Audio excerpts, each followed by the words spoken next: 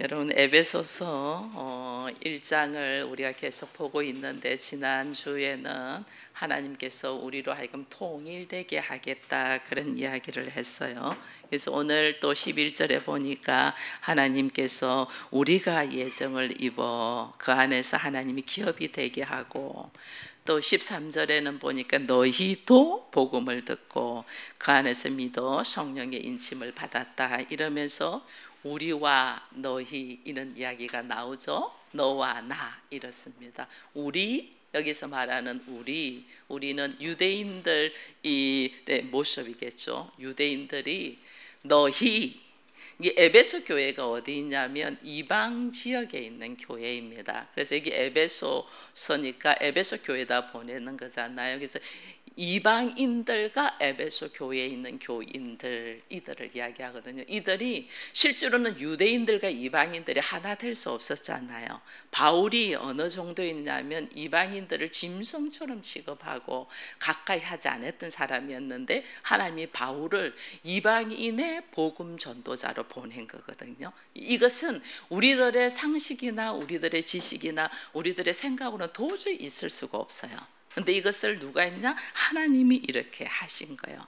이런 모습들을 우리가 먼저, 너와 내가 먼저 하나님의 사람으로 온전히 섰다면 나를 통하여서 이제는 이방인들에게 복음이 전거되어 가는 이 모습이 복음에 전파되는 순서예요. 그래서 하나님 먼저 우리로 하여금 성령 충만함 받으면, 성령이 너에게 임하면 어떻게 한댔죠? 예루살렘과 온 유다와 사마리아와 땅끝까지 이렇게 복음이 전거되거든요. 그래서 오늘 우리가 하나님의 말씀을 딱 받았다면, 내가 하나님의 말씀 받은 나를 통하여 내 가족들이 또 하나님을 알 수 있도록, 그것이 교회예요. 교회의 모습이에요. 그래서 오늘 너와 내가 완전 다른 사람인데 이 완전 다른 나를 하나 되게 만들어가는 것이 교회예요. 우리 서울 기쁨의 교회를 통해서 여러분들과 하나님이 그 관계가 하나 되지 못했던 것을 하나로 만들어가고, 그런 하나로 만들어간 나를 통하여 내 가족이, 내 남편이, 내 아내가, 내 자녀가 하나 되어가는 이 모습들이 이 복음의 진리의 말씀이에요. 하나님은 그래서 이 모습을 우리에게 이야기해 주고 있는 거예요. 이런 하나 되어가는 이 모습 안에서 하나님은 우리로 하여금 뭘 말씀하냐면, 그 하나 되어가는 데 있어서 우리는 무슨 행동을 하려고 해요. 하나님은 행동하기 전에 먼저 살아나기를 바라요. 사람이 살아나야지 움직일 수 있지. 죽은 자로 움직이는 건 아무것도 아니에요. 살아나야지 그 움직이는 것이 좋은 열매를 맺게 돼. 그래서 먼저 하나님은 나로 하여금 살리는 것이 구원의 공식이에요. 내가 먼저 말씀을 통해서 살아나는 것, 이게 굉장히 중요해요. 이것이 있어야만이 우리가 사람들이 우리를 통하여 공격하고 교회를 통하여 공격할 때 해줄 말들이 있어요. 여러분, 요즘 코로나 이게 오랫도록 들리니까 사람들이 왜 하나님이 살아계시면 이런 코로나가 오냐고, 그리고 왜 억울하게 사람들을 죽게 하냐, 왜 세상이 이렇게 악하냐, 막 이런 이야기들을 막 합니다. 근데 여러분 봐보세요. 코로나가 하나님 보내서요, 인간이 이 욕심과 인간이 타락돼서 온 거예요. 여러분, 인간의 욕심, 타락으로 말미암아서 바이러스가 퍼져나가는 거예요. 이게 오늘 하나님은 우리로 하여금 그렇게 되기를 원치를 안 해요. 그런데 하나님이 인간의 타락된 욕심을 그냥 그대로, 그게 얼마나 잘못이고 무섭고 죄악된 것을 깨닫게 하기 위하여 그냥 허용하는 거예요. 허락하는 거예요. 그래서 거기서 몸부림치도록 이거는 진짜 아니지 하는 거를 우리 스스로 알아갈 수 있도록 하나님 그냥 내버려 두는 거예요. 그 내버려 두면서 그냥 내버려 두는 게 아니라 하나님은 우리를 어떻게 살리려고 이끄는가를 보는 것을 우리가 알아야 돼요. 그 중에 이 성경의 여러 인물 중에서 제가 야곱을 먼저 한번 예를 든다면, 여러분, 야곱이 자기 욕심으로 형도 속이고 아버지도 속이잖아요. 왜 그렇게 속이냐? 장자의 축복권을 가지고 싶은 거예요. 왜 그랬을까 보니 야곱은 형하고 쌍둥이야. 에서라는 형하고 쌍둥이인데 조금 늦게 나왔죠. 늦게 나왔는데 자라면서 보니 형 에서는 사나이답고 사냥도 잘하고 바깥 활동도 멋지게 하는 거예요. 그러니까 아버지 이삭이 형을 좋아하는 거죠. 근데 야곱은 피부도 곱상하고 여인같이, 여자같이 성격이 온순하면서 집 안에서만 엄마 치마 자락만 잡고 있어. 그러니까 아버지 이삭의 마음에는 영 야곱은 마음에 안 들어. 그런 이 야곱에게 열동적인 조건들이 있었다는 거예요. 근데 여기서 야곱이 자기의 약점을 극복하기 위하여 한 행동이 형 속이고 아버지 속이는 거예요. 나의 약점을 어떻게 극복해 나갈까? 이것을 내가 형보다 더 나아지는 모습이 뭘까? 아, 형한테는 장자의 축복권이 있네. 그 장자의 축복권을 내가 가지고 싶은 거야. 그래서 어느 날 형이 막 바깥에서 막 사냥하고 놀고 이렇게 다니다가 오니까 배가 고프잖아요. 배고픈 형한테 자기는 집에서 엄마 옆에서 음식을 만드는 사람이었거든. 팥죽 딱 쓰고 있는데 배고프니까 야, 나 팥죽 한 그릇 줘 이렇게 하잖아요.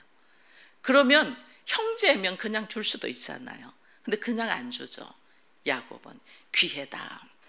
내가 형의 저 장자권을 가질 기회야 해서 형, 내 팥죽 줄게. 그 대신 장자권 나한테 팔어. 이러잖아요. 그러니 이 에서는 장자권 그거 내가 니한테 판다고 니한테 가냐? 내가 장자인데. 그러면서 또 그 장자권의 소중함이 뭔지 모르고 그래 알았어. 내가 너한테 팔게.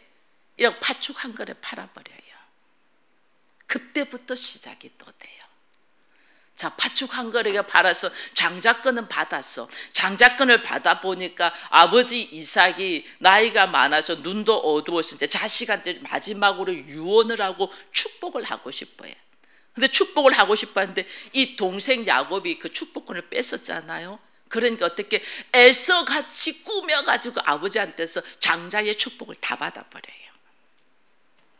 그때 이삭이 그래서 아, 이게 피부결은 에서인데 목소리는 야곱 같아 이런 식으로 이야기하잖아요. 성경에 보면. 근데 입으로 뭐라냐면 나 에서입니다 이렇게 말하잖아요. 아버지를 그냥 딱 속이죠. 아버지 속이고 형 속이고 장자의 축복권을 받았는데 나중에 형인 에서가 그거 알고 가만히 있나요? 죽이려고 덤벼들죠. 그러니 어떻게 해요? 엄마가 야, 이러다가 아들 둘 다 죽겠어. 안 되겠어. 너 외갓집에 좀 가서 형의 마음이 가라앉을 때까지 외갓집 좀 가서 살아. 이렇게 해서 외갓집을 보내죠. 외갓집을 보내는 그 길목에서 나는 분명히 장자권 받아갖고 아버지로부터 축복을 받았는데 그때부터 쫓겨나는 이 상황이 생기는 거죠. 그죠? 그 쫓겨나는 상황에서 길에서 밤에 돌을 베개 삼아 하늘을 천장 삼아 누워있다가 하나님 만나잖아요. 그죠? 하늘에서 천사가 오르락 내리락 하는 모습 속에서 하나님을 떡만. 그게 베델이잖아요. 하나님의 집. 아, 여기가 하나님의 집이구나. 하나님이 천사가 오르락 내리락 게 여기가 하나님의 집이구나. 이렇게 생각하죠. 하나님 집이구나. 근데 그때 하나님을 만났지만은 야곱이 완전 형을 속이고 그 아버지를 속였던 그 기질, 그것이 완전 변화됐어요, 안 됐어요? 변화 안 됐죠. 전혀 변화 안 됐어요. 그래서 하나님이 어떻게 그 어머니의 오빠인 외삼촌친데 보내서 20년 동안 야곱보다 더 속이는 사람 앞에서 훈련받잖아요. 하나님 그렇게 우리 훈련시켜요. 그렇게 훈련을 받고 난 다음에 나중에 다시 그가 여기서는 도저히 속이는 그 모습 속에서 이제는 막 이게는 징그러워졌어. 20년 동안 외삼촌 밑에서 일을 했는데 속이고 거짓말하고 이게 반복되는 모습 속에서 이제는 내가 집으로 돌아가고 싶다고. 집으로 딱 돌아가는 길에서 돌아갈 수 있어요, 없어요? 해결되지 않은 점이 있잖아요. 형 에서와의 관계에서 해결되지 않은 점. 그 해결되지 않은 점은 어디서 나오냐면 나에게서 나왔잖아요. 내가 속이는 기질. 그죠? 내가 약점을, 나의 열등감을 어떻게 내가 인간적인 방법으로 극복하려고 하니까 오히려 죄를 짓는 기질, 이 기질은 나한테 있잖아요. 이 기질을 가지고 하나님은 돌아가기를 원하지 않아요. 그 기질을 철저히 내려놓는 과정이 약복강에서 천사와의 실험이에요. 반드시 우리는 이 약복강을 건너가야 돼요. 다시 아버지 집에 가려면. 거기에서 천사와 실험하는 속에서 천사가 그를 축복하잖아요. 너의 이름은 이제 야곱이 아니고 뭐다? 이스라엘이다. 이 과정이 우리에게 있어야 돼요. 이때 똑같은 베델인데 천사가 너로 하여금 너는 이제는 사람을 속이는 야곱이 아니고 이제는 하나님의 나라인 이스라엘이야 라는 이 은혜를 받은 그 장소가 똑같은 베델인데도 그거를 엘 베델이래요. 베델은 하나님의 집이잖아요. 엘은 하나님이잖아요. 그죠? 하나님의 집에서 얼굴을 뵀다. 그래서 우리가 브니엘이라고도 하죠. 하나님의 얼굴 배웠다. 그렇게도 하죠. 그래서 우리는 한 번 교회에 오고 한 번 하나님 앞에 하나님의 자녀라고 부름을 받았지만은 내 모습은 여전히 기질을 그대로 가지고 있어. 이 그대로 가지고 있는 기질 갖고는 하나님께서 허락한 수많은 다스리는 권세, 이거를 우리가 누릴 수가 없어요.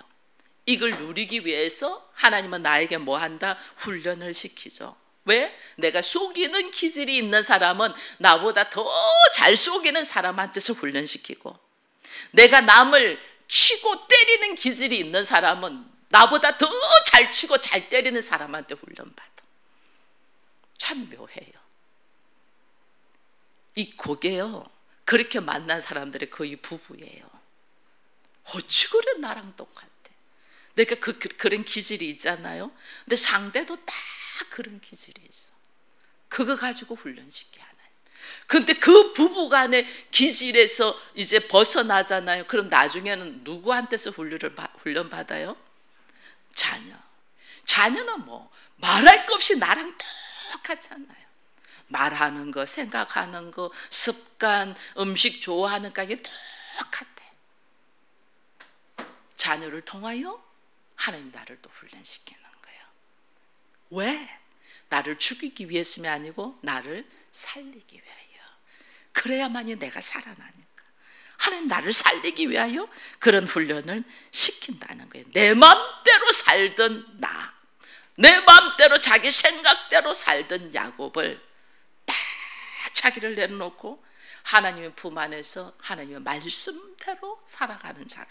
그래서 하나님의 나라를 하나님이 그에게 허락하는 거예요. 오늘 그렇게 하나님 나라를 허락한 사람에게 하나님이 뭘 말씀하시냐면, 오늘 이 본문에 보니까 내가 너희를 11절에 모든 일을 그의 뜻대로 결정하신 일하신 이의 계획을 따라 우리가 예정을 입어 그 안에서 뭐가 되게 했다? 기업이 되게 했다. 기업이 되게 했다는 것은 상속자가 되게 했다는 거예요. 하나님의 나라의 상속자, 하나님의 나라의 상속자가 되게 하는데, 이 하나님의 나라의 상속자가 되는 조건이 딱 하나 있어요. 그게 뭐예요? 예수 그리스도 안에서. 12절에 우리가 그리스도 안에서 전부터 바라던 그 영광의 찬송이 되게 하려 했다. 조건 딱 하나, 예수 그리스도 안에서. 그래서 예수 그리스도가 나를 위하여 십자가를 지시고 나는 예수 그리스도의 생명을 받은 자로서 하나님의 자녀가 되게 했잖아요. 그러니 오늘 우리가 이 예수 그리스도 안에서 상속자, 하나님의 나라의 이 예수와 함께 상속자인데, 그 상속자가 그냥 제가 지난 시간에도 이야기했잖아요. 친자는 상속을 안 해도 상관이 없는데 양자로 드린 사람은 법적으로 반드시 상속을 하도록 기재되어 있다고. 근데 그 상속이 하나님은 예수님과 우리가 똑같은 하나님의 나라의 공동 상속자가 되도록 우리를 딱 인도하셔요. 그게 우리가 왕 노릇하고 왕 같은 노릇하고 세상을 지금 우리가 하나님과 하나 되고 예수 그리스도 하나 되지 않은 상태에서 판단하고 정죄하는 것은 자기 방법으로 하잖아요. 자기 방법으로 정죄한 것은 그때는 최선을 다했는데 돌아보니까 잘못된 것이 참 많잖아요. 그런데 예수와 하나 되어서 하나님의 나라를 판단하고 심판자로 오실 때는 하나님의 공의와 말씀에 의하여 할 수 있는 자가 딱 되게 하는 거예요. 그래서 우리에게 하나님이 새 하늘과 새 땅도 마찬가지로 허락한다. 그렇게 예수 그리스도의 보혈로 말미암아서 하나님의 나라의 상속자가 된 사람에게 하나님이 조건을 주신 것이 오직 예수 그리스도로 말미암아 하나님의 나라의 상속자가 됐은즉 우리가 누구를 바라보냐면 예수 그리스도를 바라보는 자가 되라는 거예요. 그게 조건이에요. 하나님 나라의 상속자가 되는데 예수로 통해서 됐은즉 우리의 바라보는 것은 예수 그리스도를 바라보라. 예수 그리스도를 바라봐라 말은 다른 말로 하나님의 나라를 바라보는 자 되라. 제가 오늘 제목을 한 곳을 바라보는 자들 이랬잖아요. 그 한 곳이 예수를 바라보는 것, 그 한 곳이 하나님의 나라를 바라보는 거예요. 우리 가정에서 서로 하나가 되어서 교회가 된다는 것은 부부가 바라보는 것이 예수를 바라보고 하나님의 나라를 바라보는 거예요. 하나님의 나라를 향하여 걸어가는 거예요. 그것을 함께 바라볼 수 있는 자가 되기를. 그래서 주님이 우리에게 골로새서 3장 보면요, 너희를 예수 그리스도와 함께 살리심을 받았은즉 너희가 위의 것을 바라보고 땅의 것을 보지 말라 이랬거든요. 그 위의 것을 바라는 것이 우리가 먼 하늘만 바라보는 것이 아니고 이 땅에서 하나님의 나라를 바라보라는, 우리 가정이 하나님의 나라가 되도록. 그래서 우리가요 자녀를 양육하는데 우리는 이걸 모르다 보니까 자녀를 양육하는데 계속 공부하라고 하죠. 학원 열심히 보내요. 공부하라고. 왜? 좋은 성적으로 좋은 대학 가서 좋은 직장으로 네 실력을 가지고 돈 잘 버는 사람이 되게 가르쳐요. 이거 하나님의 나라를 향하여 걸어가요? 세상의 나라를 향하여 걸어가요? 세상의 나라예요. 근데 우리는 자녀들 그렇게 키웠어요. 좀 더 그리스도의 성품으로 배려하고 다른 사람을 돌아볼 수 않는 아량이 있는 사람으로 우리는 양육시키지 않냐고. 조금만 뺏기면 막 이거 갖고 싸우고 이렇게. 우리 애들 키우는 그렇잖아요. 그저 언니 거 뺏으려고 하잖아요. 또 엄마가 볼 때는 똑같은데 언니께 더 좋게 보이니까 언니 거 뺏으려고 하잖아. 그죠? 또 부모는 자녀에게 똑같이 잘해줘요. 큰 자녀나 작은 자녀나 마음이 똑같고, 또 부모의 마음은 어떻게 해요? 누군가는 좀 잘하는 사람이 있고 누군가는 좀 못하는 사람이 있잖아요. 그럼 더불어서 함께 잘 형제의 우애를 가지고 살기를 원하죠, 부모 마음은. 근데 자녀들의 마음은 그게 아니잖아요. 내가 더 잘나야 되고 내가 더 가져야 되고. 자녀들의 마음은 그런 거예요. 근데 하나님은 그 자녀들이 하나님의 나라를 바라보며 서로 더불어서 우애 있게 살기를 원하죠. 그죠? 우리가 배우기를 하나님의 나라를 배우지 않냐고 세상에서 내 실력, 내 것, 내 돈 이렇게 배운 거야. 그러니 형제들하고도 이걸 나누지를 못해. 우리가 어릴 적부터 부모한테 그렇게 배운, 배려와 아량과 섬김과 더불어 사는 이런 삶을 배우지 않아. 전부 경쟁 구도로 배운 거예요. 경쟁. 형제 간에도 경쟁. 우리 그래 배웠잖아요. 그러니 형제 간에도 경쟁을 하는데 누구를 사랑하고 누구를 배려하겠어요? 아니죠. 이게 오늘 우리가 말씀을 늘 보면서도 내가 태어나면서 부모로부터, 가정으로부터, 학교로부터, 사회로부터 배우는 것이 그렇게 배웠기 때문에 나의 인식 속에 이게 딱 들어있는 거예요. 성경을 읽어도 우리가 이해를 못하죠. 여러분 루키스를 보면 루시 나오미하고 가부가 되어서 고향으로 돌아옵니다. 베들레헴으로 돌아옵니다. 베들레헴으로 돌아오는데 남편 딱 남편들 다 죽었어. 아들까지 다 죽었어. 두 가부야. 아무것도 할 수 없는 자야. 근데 그 베들레헴에서 뭐 하냐면 곡식 이삭을 줄 수 있도록 배려를 하죠. 그죠? 이삭을 낫으로, 남의 것을 낫으로는 베면 도적이에요. 근데 떨어져 있는 이삭은 가난한 사람이 주워서 먹을 수 있도록 해요. 이삭을 줍도록 하죠. 그죠? 이 이삭을 줍도록 하는 것은 하나님께서 뭐냐면 아무것도 없는 사람들도 하나님 품으로 돌아오면 먹을 수 있도록 해주고, 또 그 지역에 있는 베들레헴 사람들도 룻과 나오미를 축복을 해줘요. 오히려 축복을 해줘요. 이게 뭐냐면 하나님의 나라를 보여주는 거예요. 가난한 사람이나 부자나 종이나 상전이나 서로 축복하면서 더불어 사는 삶을 우리에게 보여주는 거예요. 이게 그리스도인이에요. 근데 우리는 세상에서 배우기를 그렇게 배우질 않은 거예요. 경쟁, 형제하고도 경쟁. 왜 저 애를 더 사랑해? 왜 저한테는 더 잘해줘? 왜 언니는 맨날 새 옷 사줘? 나는 언니 옷만 물러 입게 해. 막 이러면서 경쟁하면서 크잖아요. 우리가 예수 믿는 사람들이 조금도 나에게 오는 불이익을 당하지 않으려고 우리는 공격하고 핑계를 댄단 말이에요. 오히려 나의 문제가 나의 죄의 건성 때문에 오는데도 잘못되면 우리는 뭐 하냐면 다른 사람 탓해요. 남 탓해요. 자기를 방어하기 위해서. 내가 배려하지 못해서 온 일들을 남 탓을 한다니까. 예수 그리스도 안에서의 역사를 보지 아니하고 세상적인 눈으로 우리를 본다니까요. 그래서 하나님은 오늘 우리에게요, 우리가 이 마태복음에 보면 예수님이 이런 이야기를 했어요. 양과 염소 이야기를 하면서 너희가 내가 헐벗고 배고팠을 때 너희가 나한테 먹을 것을 주고 입을 옷을 줘서, 그러니까 오른편에 있는 양들이 우리가 언제 예수님한테 그런 적이 있습니까? 이랬거든요. 그때 예수님 뭐랬어요? 지극히 작은 자한테 하는 것이 곧 나에게 했다. 이렇게 이야기하거든요.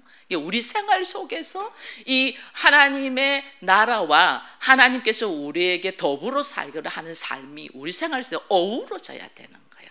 이게 어우러지는 것이 우리 몸속에서 하나님 나라를 살아가는 거예요. 여러분, 우리가 주일날 지금 식사하는 것도 마찬가지입니다. 물론 교회에서 뭐 일정 금액을 우리가 지급은 하지만은 거의 자기의 시간과 자기의 노동과 자기의 재능과 자기의 물질로 이렇게 헌신하잖아요. 그죠? 그렇게 헌신하는 거예요. 그 더불어서 살기 위하여. 이게 훈련이에요. 하나님 나라에 대한 훈련. 제가 오늘부터는 뭐 이렇게 설거지하는 당번도 정하고 서빙하는 당번도 정하고 했지만 이것이 서로 하나 되어가는 훈련의 과정이에요. 왜 나는 설거지하지? 왜 나는 식사 당번하지? 이게 아니고 서로 어울려가는. 이게 뭐냐면 예수님은 내가 배고플 때, 내가 헐벗을 때 너희가 먹을 걸 주고 너희가 입을 것을 줬노라 하는 것이 바로 내 옆에 있는 사람, 내 앞에 있는 사람들이 하는 것이 주님이 나에게 했다는 거예요. 왜? 주님이 나에게 했다는 거예요? 너와 내가 뭐예요? 하나기 때문에. 너와 내가 하나기 때문에.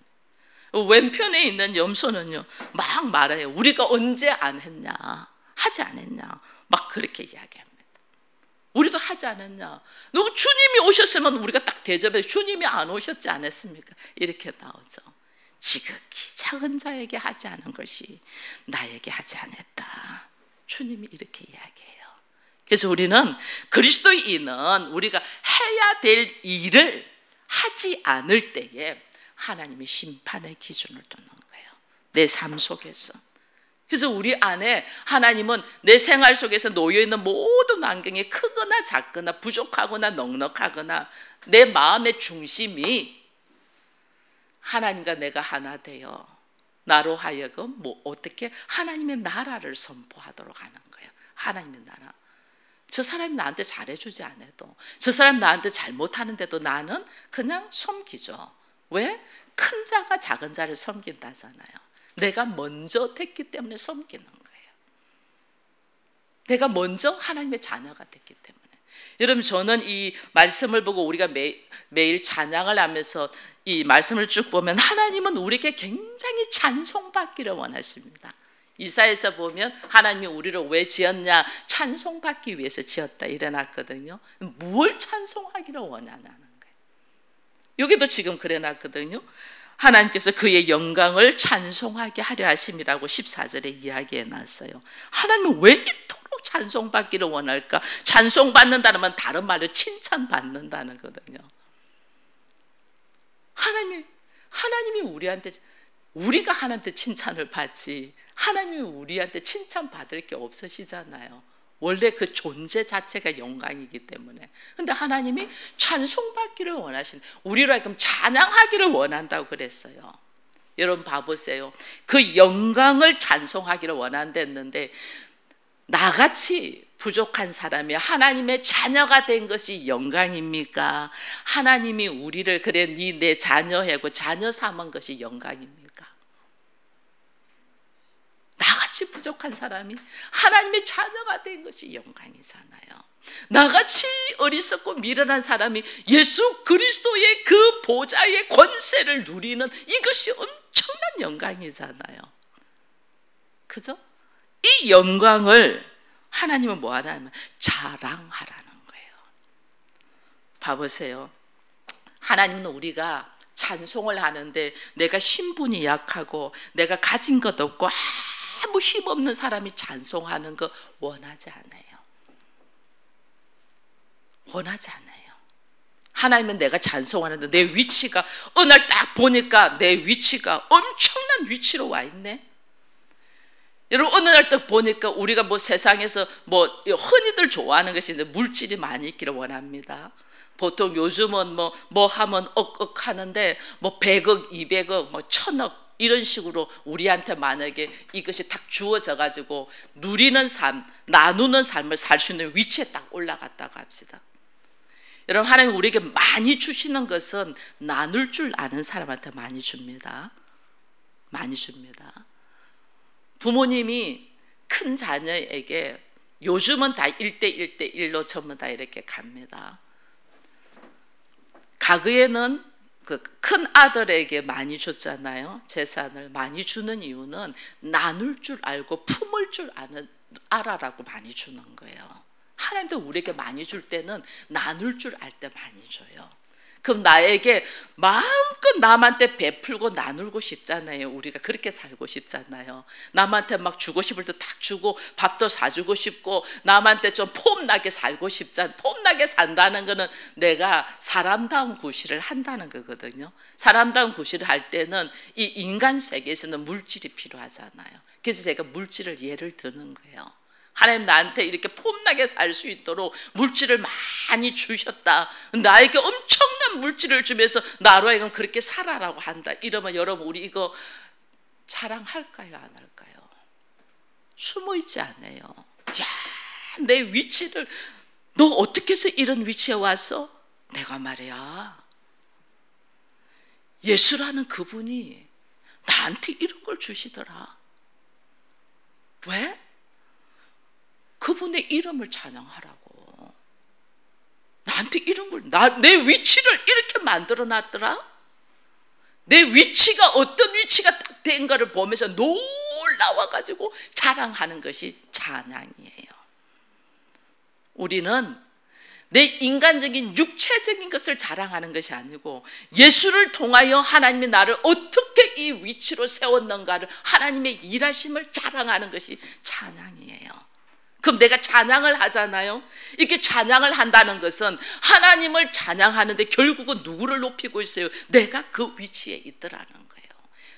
나를 자랑할 수 있도록 하나님이 해주는 것이 찬양이에요. 하나님이 나를 찬양하기를 원한다. 하나님의 일하심을 찬양하는데 그 일하심이 뭐냐? 나를 예수의 위치에다가 세웠더라. 이걸 찬양하는 거예요. 그래서 이 찬양이 내가 이거를 찬양을 기쁨으로 찬양을 딱 하면 그 찬양에 너 믿음대로 하나님이 나를 그렇게 세우는 거예요. 그래서 제가 참 많이 믿음의 선포를 하라고 하잖아요. 믿음의 선포가 우리가 일상적으로 하는 말이 될 수도 있고 믿음의 선포가 우리의 기도가 될 수도 있고 믿음의 선포가 찬양이 될 수 있는 거예요. 어떤 사람들이 한 곳을 바라보는, 예수를 바라보고 하나님의 나라를 바라보는 자들에게 누릴 수 있는 은혜예요. 그래서 하나님은 우리를 그저 안 돼, 못해, 나는 안 해, 이게 아니고 그 안 되는 가정 속에서도 나같이 부족한 자를 하나님이 나를 세웠네. 여러분, 우리가 찬양도요, 공감해야만이 찬양이 나와요. 누군가를 이야기를 할 때 내가 그것이 공감이 되어야지 그 이야기가 진실적으로 나가요. 그죠? 그래서 하나님은 나로 하여금 그 공감될 수 있도록 내 위치를, 예수를 찬양하려면, 예수가 공감이 되려면 예수의 위치로 올려줘야지 공감되잖아요. 그래서 나를 하나님의 자녀라는 이름으로 예수의 위치로 딱 올려서 그 위치가 어떤 위치인가를 딱 보니 은혜 중에 은혜더라는 거예요. 그것을 알고 우리의 입술을 열어서 고백하며 기뻐하며 즐거워하는 것이 하나님을 찬양하는 거예요. 그래서 하나님이 왜 찬양을 그렇게, 우리가 찬양하지 않아도 만물이 다 하나님을 찬양하는데 어떻게 그렇게 우리가 그렇게 찬양하기를 원하실까를 이렇게 보니 결국 그 찬양은 내가 새롭게 되고 내가 하나님의 자녀가 되고 내가 나로 통해서 하나님께서 얼마나 기뻐하시는 모습을 알기에 우리가 찬양하게 되더라는 거예요. 여러분, 이제 우리의 삶이 현실 앞에 놓여 있는 작은 문제들, 여러 가지 문제들 참 많습니다. 여러분, 이 문제들만 바라보면 넘어져요. 그죠? 현실만 바라보면 내가 할 수 있는 것이 없기 때문에 넘어져요. 근데 내가 할 수 있는 것이 없기 때문에 하나님은 어떻게, 누가 해주신다? 하나님을 알아가라는 거예요. 하나님을. 내가 할 수 없기 때문에 하나님을, 예수 그리스도 안에서 그 기업이 되게 하여 나를 상속자로 세워 너와 내가 하나가 되어 하나님의 나라의 상속자가 되어서 그 상속받은 은혜, 그것을 생각하니 입술을 열어 찬양할 수밖에 없는 거예요. 우리 하나님은 우리에게 하나님의 나라를 우리에게 상속하려고 해요. 하나님의 전부를. 우리는 부모가 우리에게 유산으로 넘겨주는 거 없는 것 때문에 힘들어도 하고, 또 힘들어할 뿐 아니라 부모 잘 만난 사람을 우리는 또 비방하기도 합니다.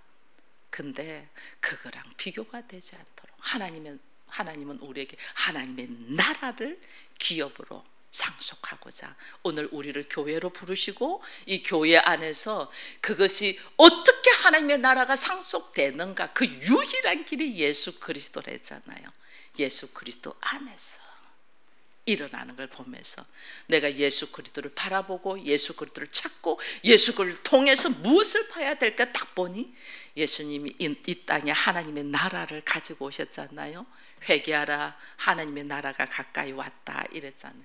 나에게 하나님의 나라를 주기 위하여 오셨는데, 우리는 나이가 60이 되고 나이가 40이 되고 50이 돼도 하나님의 나라에 대해서는 우리는 귀담아 듣지를 안 했어. 가자 돈 몇 푼, 없어질 돈 몇 푼에 전전긍긍하고 있었던 우리들의 미련함을 보면서 오늘 나에게 하나님의 나라를 상속한 그 상속을 우리가 물려받을 수 있도록 한 곳을 바라보되 예수 그리스도, 그분을 바라보는 우리 모두가 되기를 축원드립니다.